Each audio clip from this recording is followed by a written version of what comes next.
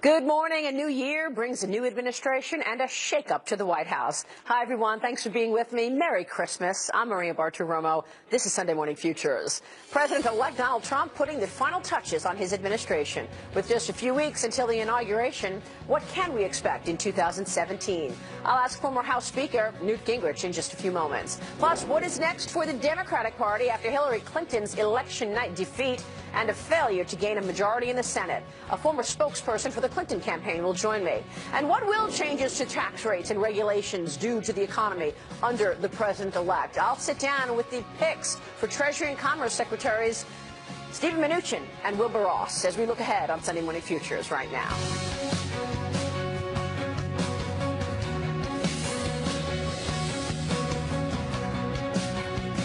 President-elect Donald Trump's victory on election night turning the nation's political landscape upside down, marking a victory for the millions of Americans angry with the political establishment. So what can we make of Mr. Trump's incoming administration so far, and what does 2017 hold for him and the country? Former House Speaker Newt Gingrich is the author of Treason. He is a Fox News contributor, and it is good to see you again, Mr. Speaker. Thanks so much for joining us. No, it's good to be with you, and it's a very exciting time to watch the development of the new Trump administration. It really is. It's been fascinating to see the picks that he has chosen in terms of some key roles. Let's talk about 2017, what it looks like. We are now less than a month away from the inauguration. What do you expect to happen once President Trump takes office? Well, first of all, I think the opening couple of days, he's going to repeal 60 or 70% of Obama's legacy by simply vetoing out all of the various executive orders that Obama's used because he couldn't get anything through Congress. I think second, Republicans will be a little surprised. I think that President-elect Trump is going to reach out to Democrats and try to form a Trump majority in the House and Senate on things like infrastructure, on health reform, to see whether or not we could break out of the gridlock of the past. And I think he'll have the active support of both Speaker Ryan and Senate Majority Leader McConnell to reach out and see in the Senate if we could get 7 or 8 Democrats hanging out with us, we would really be in good shape. In the House, they don't need them as much because of the difference in the rules, but Speaker Ryan has always felt that bipartisan achievements last longer, they're better, they're harder to work out, you have to think them through more.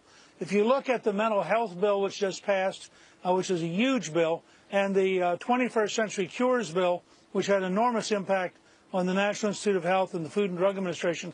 These were both very bipartisan. I think only a handful of people voted against them. And that's because the homework had been done on a nonpartisan basis to get a really good bill. Well, take infrastructure. There ought to be a way for Democrats and Republicans to come together to try to make America's railroads and America's highways and America's water systems dramatically better. You look at Flint, Michigan, over a 100-year-old water system, genuinely hurting the health of people.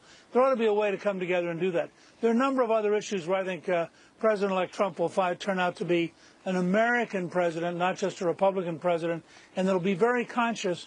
I hope he's going to meet in the very near future with the Black Caucus, with the Hispanic Caucus, and really extend an invitation to them to come to the White House to sit down together and to find ways to help people who genuinely need help. He's also made a promise to begin tax reform first 90 days in office. That's what Steven Mnuchin has said. That's what Donald Trump has said. Will he keep that promise?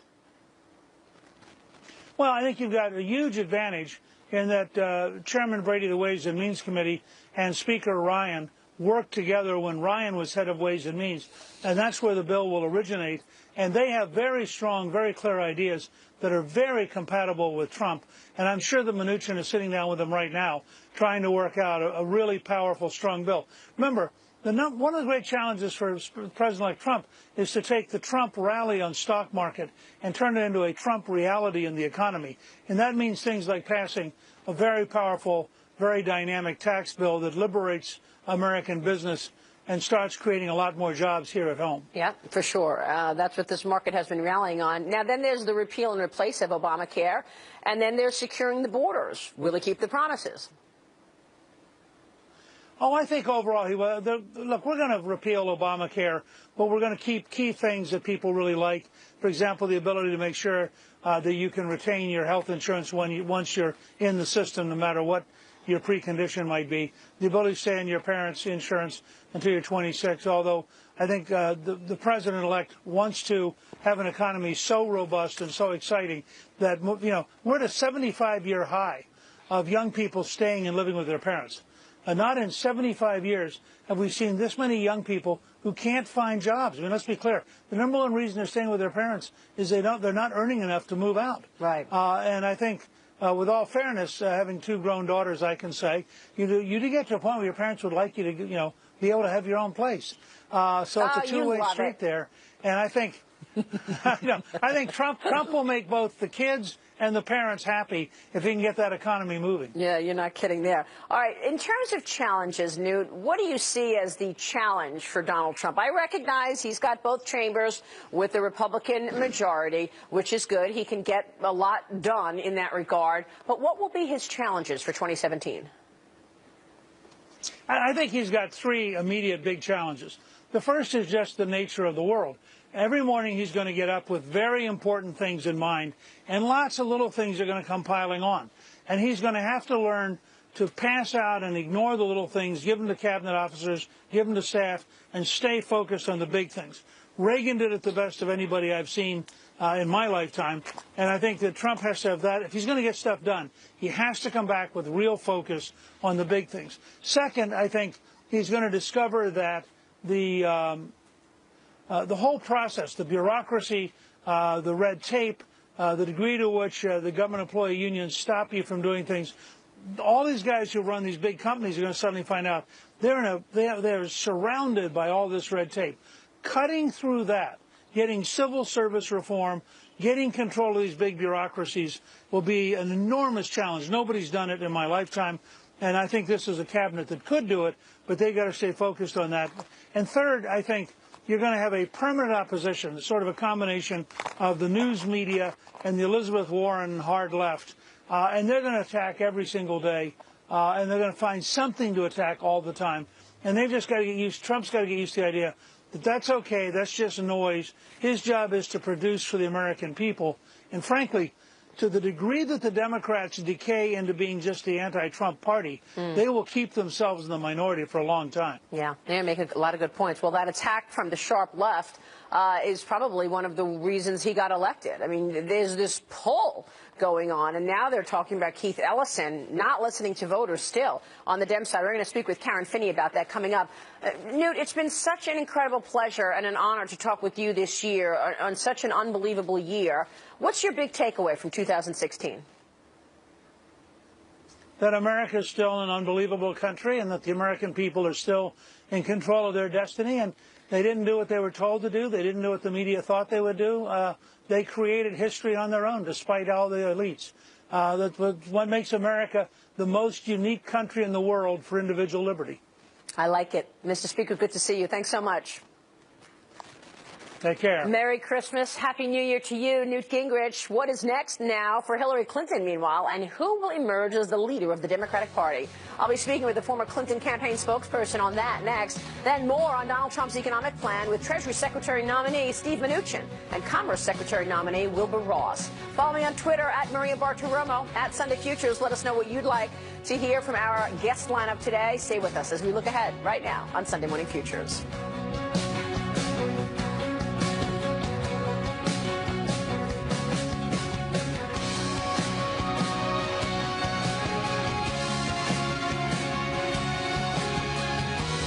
Newly released court documents show that the FBI seized and searched the computer of top Hillary Clinton aide Huma Abedin, owned by her estranged husband, Anthony Weiner. That to continue the email investigation into the Democratic presidential nominee. Now, the FBI discovered Abedin and Clinton were emailing one another, but what exactly the messages were about was unclear at the time. This further angering Democrats who feel the reopening of the FBI investigation into Clinton's emails a few weeks before the election hurt her chances to win against President-elect Donald Trump. Karen Finney is a former spokesperson for the Clinton campaign. She is also the former Democratic National Committee spokesperson. Good to see you, Karen. Thanks so much for joining us. Great to be with you, Maria. So first let me ask you about these unsealed search warrant in Hillary Clinton's email probe and what it reveals. What is your reaction? Well, I think they revealed what we said all along. I mean, it shows that there was incredibly flimsy information that Director Comey was going on. And, at the time there were reports that part of the reason Director Comey made the announcement that he did 10 days out from the election is that he was afraid of the possibility of leaks coming out of his New York office. So he went ahead and made this announcement. And as we said then, and as we discovered 10 days later, there really was no there.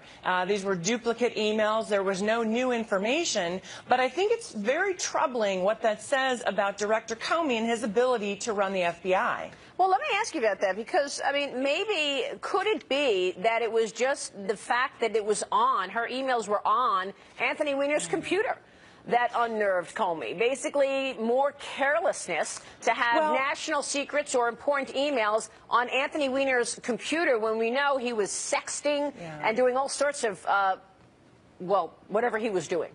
Right. Well, look, here's the thing I would say about that. What concerns, I think, a lot of people, and I think still is an open question, is that Director Comey made a decision to do something that was unprecedented and sort of without actual, previous precedent, I guess is the way to say it. And what's interesting about that is consider that when we were talking about Russian hacking, there were 17 of our intelligence agencies had just about a month or so earlier agreed that among the intelligence that there was evidence that the Russians had been hacking. And that's when DNI and Homeland Security came out and made a statement. And the FBI, Director Comey, didn't want to join that statement because he thought it would be too political. And so for him to then break with precedent and break with sort of the norms of the FBI 10 days before an election to do something that was clearly very political, I think is troubling. And look, here's the thing, though, Maria, that I think is so important. I mean, at this point, the election is over, the results are in, Donald Trump is our president-elect. But I do think there are questions raised going forward about the FBI that are legitimate and I think are things we need to look into. And I can just tell you from having been on the ground that there was absolutely a chilling effect in terms of the momentum from being in some of the same states, some of those key states, just a few days before that letter came out to a few days after that letter came out. Let me move on, Karen, because there's a lot of debate about where the party goes now. And I know that voters recently voted back in Nancy Pelosi. You've got Elizabeth Warren pulling from the left, the center. You've got Bernie Sanders and his very leftist policies pulling the party toward the left from the center. Same with Barack Obama. Do you think that's what the people want? I mean, based on what we just saw in this election, do you think that voters want to see the Democratic Party all the way to the left, the way that these folks are pulling the party? Well, I take a different view, and what I see in terms of the leadership here in Washington is kind of an array, frankly, of voices and faces. Don't forget there's Joe Manchin, don't forget Mark Warner of Virginia, and so I think that is actually a good thing to say, let's open this up and hear from more parts of our party.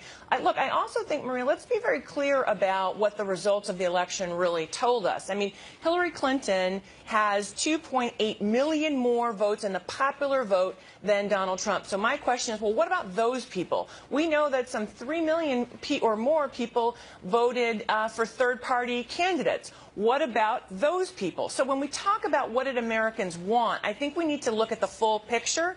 And I think when we look at that full picture, I think the issue here is making sure that we hold Donald Trump accountable to the promises that he made to the American people. Because I think what people wanted, it wasn't just about anti-establishment, although I think that was a very clear headwind, no question. At the same time, people wanted to be heard. It was about jobs. It was about protecting Medicare and Social Security and infrastructure, building, creating more. So all of those things. But this is my point. So my point is, all of those things are things that Democrats have been also talking about for a very long time. President Obama tried to get many of those things done. He was, rebuked, frankly, at every turn by Republicans who basically said anything from Obama is going to be a negative. Well, so he had the first 2 years of his administration. He had both chambers. He could have gotten anything done the first 2 years, and he chose to push through Obamacare. That's not exactly how it works. But, I mean, and again, if the Republicans had been interested, though, at the time in getting infrastructure done, we could have gotten that done. So my point here is I think what you're seeing inside Washington is an attempt to try to broaden out sort of who are the leaders or who are of the party. But look, I think there's a bigger challenge for the party going forward, and that is we need to be much more broad in the voices and faces of our party. You know, we have people in our party from all walks of life, from all parts of this country, right. From, you know, people who serve in the military, people who, work, in restaurants, people who are small business owners, people, so people in all facets of life. And I think what we need to do is represent those folks. And I think part of the issue here is we need to have a stronger presence out in the states, have a real 50-state strategy like we had under that Chairman Howard Dean was trying to bring to fruition, which was to really make sure that we showed up everywhere and asked people for their votes, but that we were engaged in communities around the country all throughout the year, not just a few days before the election, and that we were really strengthening and building on the talent that exists in our party in the states and where people really live and really listening to people at that level. Yeah, for sure. I mean, I think when you look back at the election, that's what it was all about. You had a lot of people on the left talking about transgender bathrooms and police brutality and climate change, and you had Donald Trump's team talking about jobs. That was the big missed opportunity. Although I take issue with that. There have been a couple of studies that showed, actually, that Hillary Clinton talked about jobs more than anything else. And what I would tell you is that, some of the coverage did not always reflect that. There was a lot more coverage about other topics than necessarily her jobs plan or her plans to bring back manufacturing or her plans to revitalize, not just urban areas but rural areas, and looking at, sort of how do we make sure that we increase incomes for people. So there was a lot that we were talking about, that she was talking about, that didn't always get the same kind of coverage as, let's say, emails. And I think what's important here... She should have done more press conferences, she should have done more interviews, and you should have done more debates. Well, look, I think we would have loved to do more debates, but again, there's an element to, what gets covered, I think certainly does impact what people hear. And I think that's one of the other telling things of this election. It felt like, to some degree, there was a conversation that was going on in the national media that I think what we know now from sort of Facebook and sort of fake news and the alt-right and all of that, there was a whole other conversation going on that I think we need to understand better. Right. Karen, great to see you. Thank you so much. We'll be watching. Karen Finney joining us there, and we'll be right back. Preparing to take the helm at 1600 Pennsylvania Avenue. But many of his critics are still questioning his ties to his own organization. Has he done enough to separate himself from his businesses? And is there any cause for concern? Judge Michael Mukasey is with me. He is a former Attorney General under President George W. Bush. And, Judge, it is always an honor to talk with you. Pleasure to be here. Thank you so much for joining us. What do you think about this? It seems to me that this is an area that Donald Trump really has to get right. And there could be some blind spots around. Do you think he's done enough to separate himself from his business? I don't think we can tell, because he hasn't really gotten up and described what it is that he intends to do to separate himself from his businesses. And it's potentially a problem, in part because there are no laws that apply here. Now, in a way, that creates a lot of freedom, but it also creates a lot of freedom for critics who can simply get up and say, this creates an appearance problem, and not have to define any particular law to which it relates. Right. And that's what's going on right now. And that's what's going on right now, right. There is a clause in the Constitution that says that a president is not allowed to receive, among other things, emoluments from foreign governments. That's never been delved into or applied, as far as I know. It didn't have to be dealt with. Correct. Right? Because we've never had a situation like this. Totally different. Right. And so the question is, if a foreign government buys something and pays the same thing that everybody else pays for it, like, for example, space at a Trump hotel, and any of that proceeds goes to him, is that an emolument? I don't know that it is. Is it? In past presidential situations, they would just put their money and their assets in a blind trust. Here, he can't do that. He's got his kids running the business. Is it enough for him to say, my sons will run the business, we're not going to have discussions about what's going on in the business? I don't know that it is. And because part of it relates to where the money in the business goes, and obviously he's going to go back to the business. So to the extent that they're creating an interest for him to go back to, that there are questions about that. In addition to which, if people are doing things or doing business with those companies in the hope of getting access to the family and to him, that also creates the appearance problem. And you don't want that appearance. Right. He said that he's going to have a press conference early January to tell us about this, so let's just say more to come on that subject. I want to switch gears and ask you about the executive orders. I think part of the repudiation that voters felt in this election was no more executive orders to President Obama. Now, President-elect Trump has said as soon as he gets into office, he's going to start using his pen to reverse some of those. What are you expecting on day 1 and 2? I'm expecting that there will be a list of executive orders. I'm sure there are people who are working on that even as you and I are talking, to draw up a list of executive orders that ought to be repealed and ought to be repealed on day 1. They may include things like, for example, the order closing Guantanamo. I would expect that would be an early candidate. They may include things like an order saying that we're going to limit interrogations to the Army Field Manual. Other things of that sort. Let's talk about the Guantanamo Bay one for a moment, because was it day 1 that President Obama signed in an executive order, I will close Guantanamo Bay? Actually, it was day 2. Day 2, okay. Day 2, and there was this wonderful ceremony. He signed 3 or 4 of these relating to prisoner treatment and to Guantanamo. And I can remember the scene when he signed the one relating to Guantanamo, because he read it out, sort of staggered through it, frankly, by the power vested in me, consistent with the national security interest of the United States, closing Guantanamo. He signed it with a great flourish, and then he said, and I think you can still watch this on YouTube. It's on YouTube right now? Yes. Okay. He said, Greg, which was a reference to Greg Craig, who was then White House counsel, is there another order here saying what we're going to do with these people? Which meant that he hadn't even thought through something that was the centerpiece, or a centerpiece, of his campaign. He didn't have a plan. None. No wonder they all went back to the fight. Nobody had thought it through. Nobody had thought it through beyond signing the order. And the voice off camera belonging to the White House counsel, Greg Craig, said, well, we're going to have procedures. And he then looked very earnestly into the camera and said, yeah, we're going to have procedures. Even as we sit here today, Judge, President Obama is trying to get as many people out of Guantanamo as possible. He wants to do everything he can to make it hard for Donald Trump to reverse it. Correct. And to increase the per capita cost and claim that it's wildly expensive. Of course, the easy way to drive down the per capita cost is to have more capitas there. That is, more people. Right. Send more people there. So Correct. you think Guantanamo Bay is one of the first ones that Donald Trump Probably.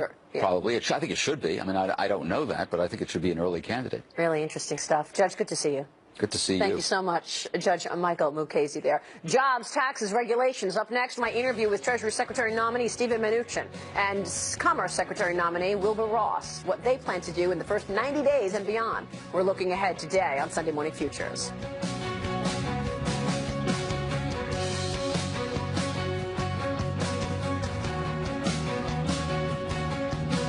Welcome back. Creating jobs, rolling back regulations, cutting taxes. These are some of the priorities for President-elect Trump's economic team on Mornings with Maria on the Fox Business Network. I sat down with Treasury Secretary nominee Steven Mnuchin and Commerce Secretary nominee Wilbur Ross, who told me tax reform will be priority number 1 with the first 90 days in office.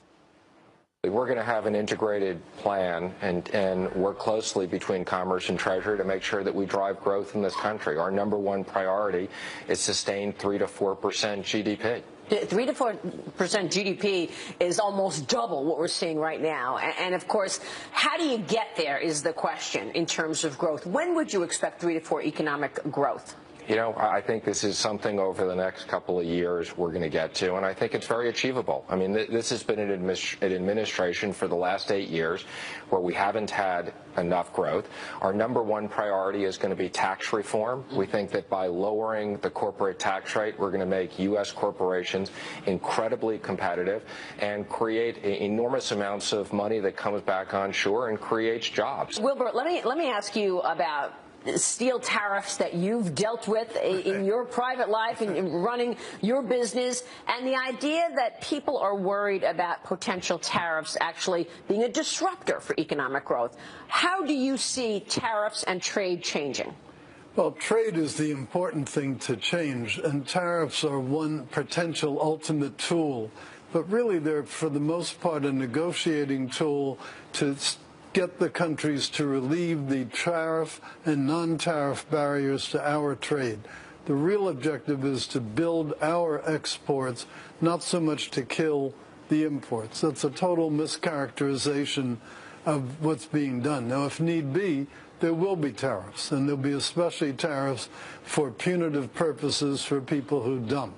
Stephen, if it's one thing that you hear from managers of businesses and CEOs over and over again, it's the fact that our tax plan is the most unfavorable in the industrialized world, the highest taxes in the industrialized world. Talk to us. You said in the first 90 days you're going to have tax reform. Walk us through it. Sure. So this is going to be a major priority, and there's two aspects of it. One, as I mentioned, is corporate taxes, and the other is personal income taxes. And we're going to simplify the personal income tax, lower from 7 brackets down to 3, simplify it, deliver a very significant middle income tax cut that's going to be combined with the child care program. And the other aspect of it is on the upper end, will cut the tax rate, but it will be offset with a significant reduction of deductions. So for the upper class, it won't be a tax cut, but it will be a simplification. It will lower the marginal rate, which will spur investment. You say it will spur investment because you have to assume that with a better situation on earnings, because companies are paying less in tax, they will reinvest that money in their business and hire. Absolutely. We fundamentally believe in dynamic scoring of taxes, and this is something we're going to be working with Congress and passing legislation. What regulations out there do you think are most onerous that you really do need to take a second and third look at? Well, the first thing we're going to do is look at Dodd-Frank, and it is way, way, way too complicated, and there's many aspects of it that we got to kill. There's many aspects of it that prevent banks from lending, and we need to make sure that banks lend. We want to see huge growth in this economy. It's small and medium-sized businesses, and we need to make sure that the banks are lending to them. So the rules had become so stringent that the banks pulled back, and they were lending less.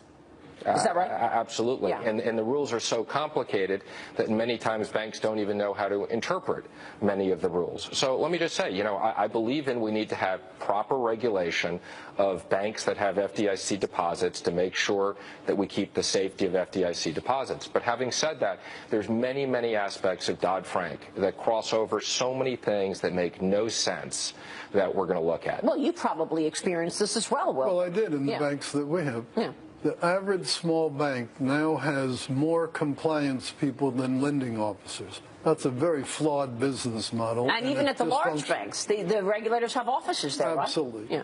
That's not the way to run a bank. Government is not the right way to allocate capital. Private sector is the right way. Look at Fannie and Freddie, the two things that government had the most influence on. They're not exactly role models. Would you move to change Fannie and Freddie at this point? Would you move to have these privatized? Absolutely. We got to get Fannie and Freddie out of government ownership. It makes no sense that these are owned by the government and have been controlled by the government for as long as they have. In many cases, this displaces private lending in the mortgage markets, and we need these entities that will be safe. So let me just be clear. We'll make sure that when they're restructured, they're absolutely safe and they don't get taken over again, but we got to get them out of government control. So tell me about NAFTA. What do you want to change about NAFTA? Well, I think the right way to negotiate NAFTA is in conference rooms with Mexico and Canada, not, frankly, in the press room. Yeah, okay. No, that's a fair point. But, a lot of people worry, business in particular, that if we're going to see, pulling out of TPP, looking at NAFTA, changing NAFTA, looking at anything else that may not make sense, is it too much at once? Will it create disruption as opposed to growth? Well, first of all, it isn't a question of pulling out of TPP. TPP does not exist. Right. It's a fiction of people's imagination at this point. Well, Obama wanted it to push it until the last days in office. Well, come on. It was especially a figment of his imagination. Right.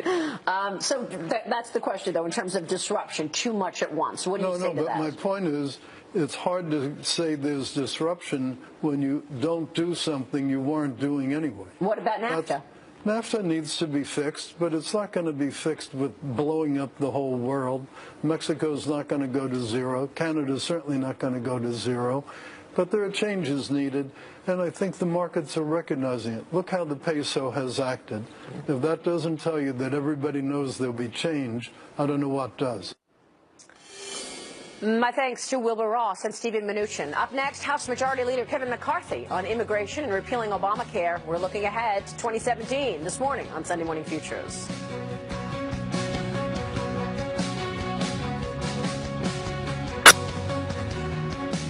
More now on some key economic issues ahead in the new Trump administration. I'm with House Majority Leader Kevin McCarthy. Congressman, you said you are going to be all about jobs. Tax reform is a priority.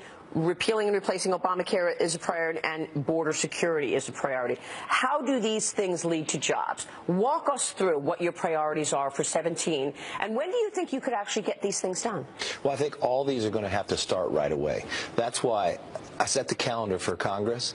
We made sure within those first 100 days we're working and in session more. That's excellent. And we add weeks that we're working in there. We look at not just 100 days, but the first year. And we want to be working closely with this administration, this Senate as well, so we've been meeting on a weekly basis. There's certain things we can do right away and certain things we have to start and make sure we get it right. One, when it comes to border security, you've got to make sure your country is safe. So President-elect Donald Trump has run on making sure this border is secure. You'll see an early bill with that. Regulations that we can deal with early on, looking at rolling them back in others. We'll start moving those. Article 1, when I talked about the REINS Act and the this midnight rules, sue and settle. Then you'll look at Obamacare.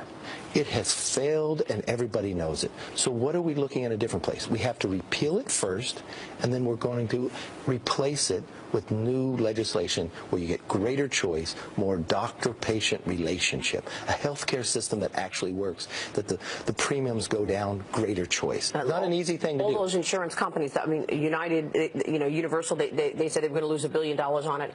They pulled out. Do you think that you're going to be able to work in terms of the insurance companies offering health care? Oh yeah, you want to have individuals that have greater choice, more options out there to pick from. And I've already sent a letter to every governor and every insurance commissioner. Give us your ideas as well. So it's not just the House or Senate involved in this. We want everybody's input in this because we want to get this right. Explain sanctuary cities to me, because I don't understand why or how it's possible that for all of these years we've been blowing off the law. I mean, what are you going to do with mayors like Rahm Emanuel who say, look, if you're illegal, you're safe in Chicago? No. America is strong because of the rule of law. And if you break the rule of law, you break down society. 2 years ago, we passed a bill. If you want to ignore and only pick and choose which law you want to enforce, then you should not be recipients of federal money. I think the sanctuary city issue is going to go away. These mayors are going to realize they can't pick and choose what federal law they want to enforce or not. So we need to protect the citizens there. Why would they want these individuals to come there illegally, not knowing who they are, and protect them? Their first role should protect America. So how far are you willing to go in terms of voting, in terms of holding back federal funding for these cities? Well, we have shown 2 years ago that if you want to pick and choose the law, and it's not just in sanctuary cities, we have to be a country that has a rule of law, a fairness. You can't pick and choose which ones they are. So you've got to uphold the laws that are passed. You've got a balance within to go through it. If you don't want that, then you shouldn't want the federal money to come with it. Wow. I think that's simple. There will be a lot of debates in the new year. I can see that. Let's talk tax reform. Let me go back to that for a moment. We had Stephen Mnuchin on the show recently, incoming Treasury Secretary. Here's what he said about priorities in 17. Our number one priority is going to be tax reform. We think that by lowering the corporate tax rate, we're going to make U.S. corporations incredibly competitive and create enormous amounts of money that comes back onshore and creates jobs. Trump's plan is a 15% corporate tax rate. The GOP House plan was 20%. Where do you see this going? Well, we'll sit together and we'll work. The only way I see it going is that it's going to get lowered. If we want to create more jobs in America, we've got to create a structure that makes us competitive. Right now, we're not. Right now, our corporate tax rate is so high, it gives you an incentive to be in another country. We also, if we're in a world economy, you create money in another country, we punish you if you want to bring that back to invest in America. We're going to change all that. Keep America competitive where we can compete around the country. Create a tax system that's fair. Create a tax system that's simple. We have a tax plan that fits on a postcard, so every family can fill it out themselves. But should we be pushing and warning companies that if you go overseas and then try to get your products back in, you'll get a 35% tariff? No, I think the way we solve competitiveness, we create a structure that makes you want to be in America. And I think lowering the tax rate, dealing with repatriation so the money can come back to America, invest in America for American jobs, solves the problem that we're trying to go out after. You're not expecting to be warning the way President-elect Trump has done? I think what President-elect Trump is doing, he's warning others that America's not competitive today and that we're going to change all that. We're going to work very closely together to make sure we get a tax code that's fair and that works. And real quick on infrastructure, Congressman, are you going to be pushing back? Are you going to spend $1 trillion on infrastructure? As a conservative? $1 trillion is very expensive. You know, I came into Congress, watched the President Obama do this stimulus, and at the end of the day, more people believed Elvis was still alive than the stimulus created a job. But what you can do, currently today, the regulations to build a road, you wait a decade for that. You could see the reforms there. And what I like about President-elect Trump doing, he brings that business idea in. What about a private partnership? What about taking investments from the outside, changing the structure so you can build it faster, and looking at infrastructure in a different manner to make sure we build America stronger where we can be competitive? That's what I was going to say. As a conservative, you can't like $1 trillion in spending. You're saying you could probably get there without spending that much money. Oh, no. You can make reforms where you can build something easier, faster, and cheaper. And you can take a reform where you allow private sector money in to make it happen as well. Congressman, you've got your works set out for you. We're wishing you the best. Well, I'm telling you, we will not miss this window of opportunity. The America put a trust in us. They want to see change, and we're going to make sure it happens. Congressman Kevin McCarthy joining us. Thank you so much. Thanks for having me. Great to talk with you. So we'll be right back.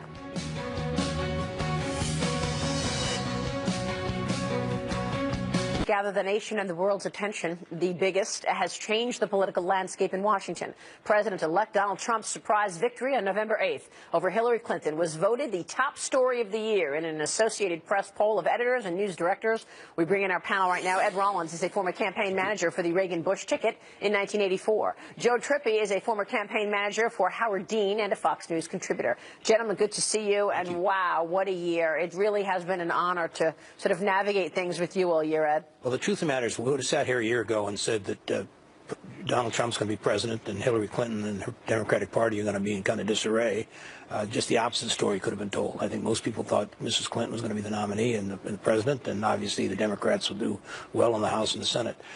It just goes to show that campaigns matter and politics matter and candidates matter, and I think to a certain extent Trump became this extraordinary candidate by the end who captured this last couple of weeks, this great unrest that's out there today, and now he has to produce. You know, we were just talking with Karen Finney, and she felt like it was the coverage of the media. I mean, why do you think all of that is? Well, you live with the media. I mean, the truth of the matter, they're very much a part of a campaign, any campaign, whether it's your self-produced media, but you have to capture that concern of the voters out there, and Trump talked to that voter that's very unhappy. He sure did, Joe, because he made his campaign all about jobs.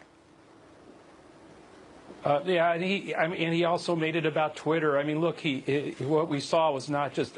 First of all, had Ed and I talked a year ago, we all would have agreed that if Trump had won, it would have been the biggest, should be the biggest news of 2016, and it is. But second of all, it's clear that the changing media environment and his understanding of social media and how to keep his what he wanted in front and center and have the mainstream media all pick it up was a bold stroke that worked for him. And I think we're going to see it looking forward in his presidency for sure. Well, how much of it was, though, that she was a flawed candidate? I mean, do you think things would have been different had President Obama pushed somebody else forward, or had the Democratic Party not been afraid to challenge Hillary?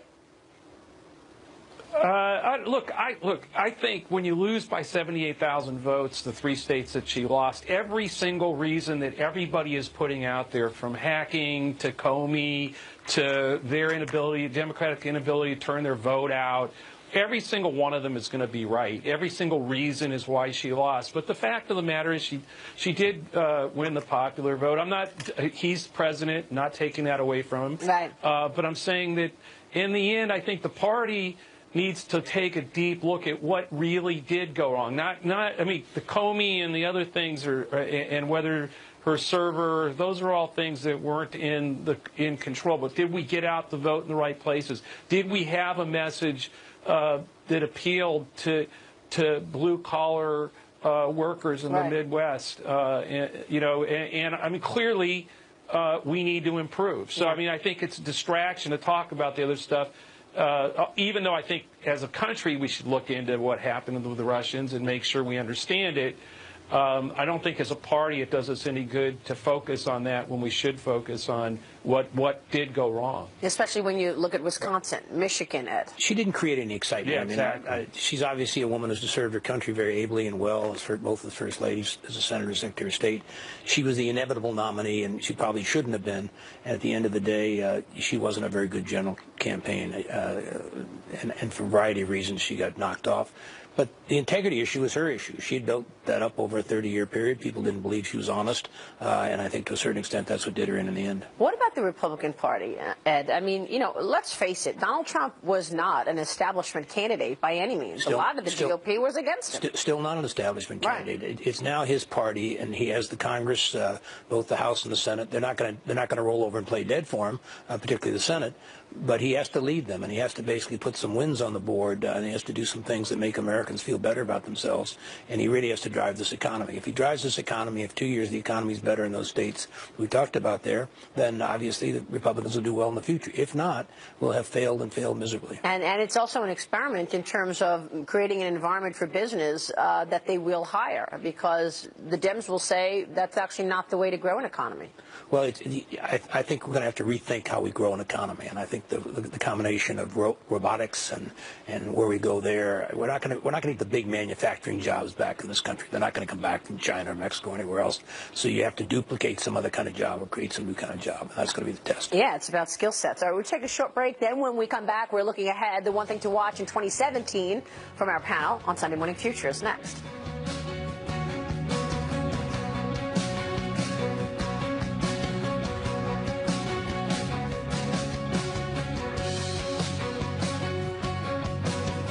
Correct, and I think, look, we sort of celebrate, getting to 20,000 on the Dow as that's going to inevitably happen.